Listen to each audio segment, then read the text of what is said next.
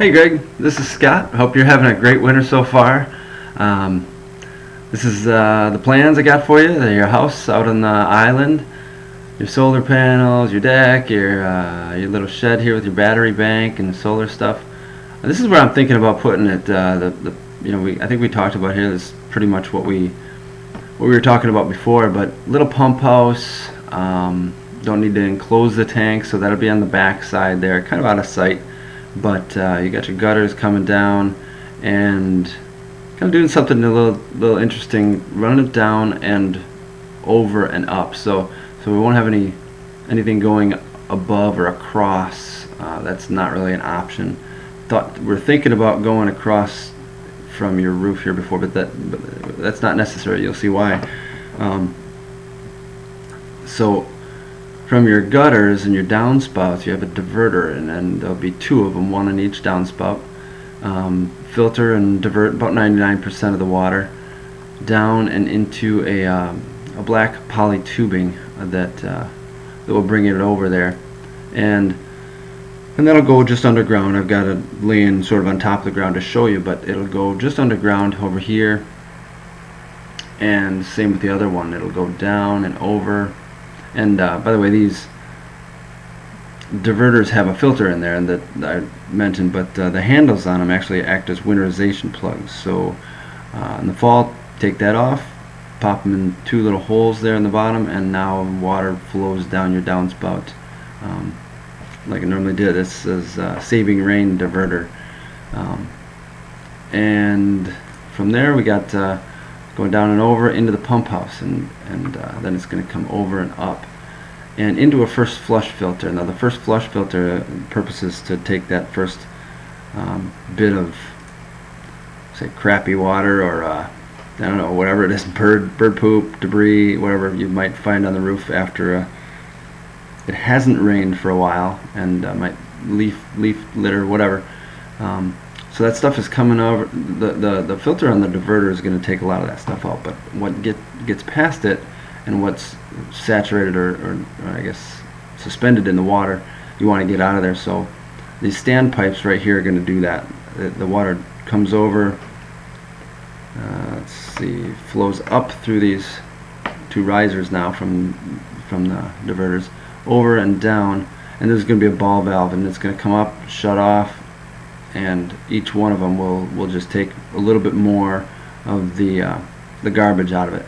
So by the time we could add more too if you want, cleaner water. The more we add, the more water is taken out of, the less water you're going to harvest, but the cleaner it's going to be.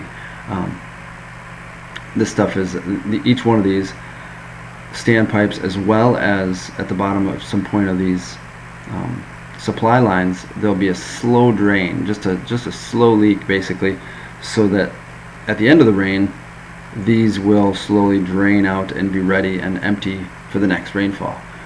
So once it gets past there, we got clean water going in the tank. I got a 660 gallon tank back over here, and in that the water is not just going to splash in, it's actually going to go into a calming inlet, and that's just going to disperse the water so it's not splashing all over and agitating the beneficial film that develops on that.